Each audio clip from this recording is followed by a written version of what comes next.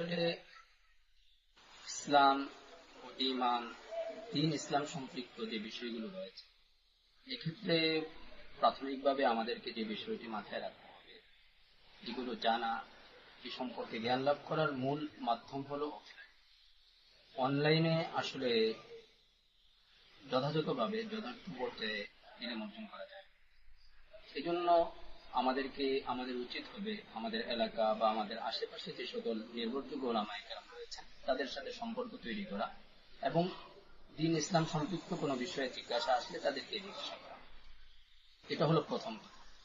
এরপরও যদি আমার ওলামায়ে কেরামের সাথে যদি ওইভাবে অফলাইনে সম্পর্ক তৈরি করতে না পারি, তাহলে সেক্ষেত্রে করণীয় হলো কোন একজন আলেমের মাধ্যমে বা একাধিক আলেমের মাধ্যমে অনলাইনে যে সকল ওলামায়ে কেরাম রয়েছেন তাদের মাঝে নির্ভরযোগ্য কারা, তাদের একটা শর্ট লিস্ট আমার সামনে রাখা এবং তাদেরকে ফলো করা, তাদের কথাগুলো শোনার চেষ্টা করা।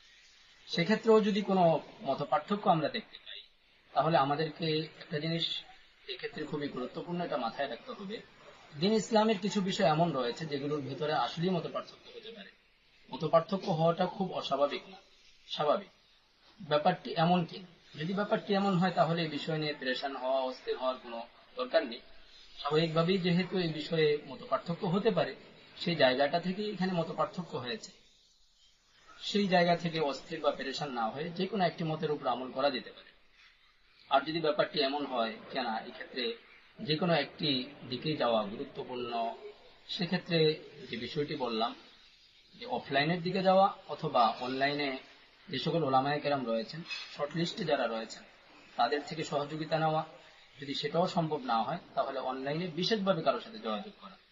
অফলাইনে না পারলেও এই বিষয়টি গুরুত্বপূর্ণ যে অনলাইনে অন্তত দু একজন ওলামায়ে কেরাম এমন কারোর সাথে সম্পর্ক তৈরি করা যার উপর আস্থা রাখা যায়, ভরসা রাখা যায়।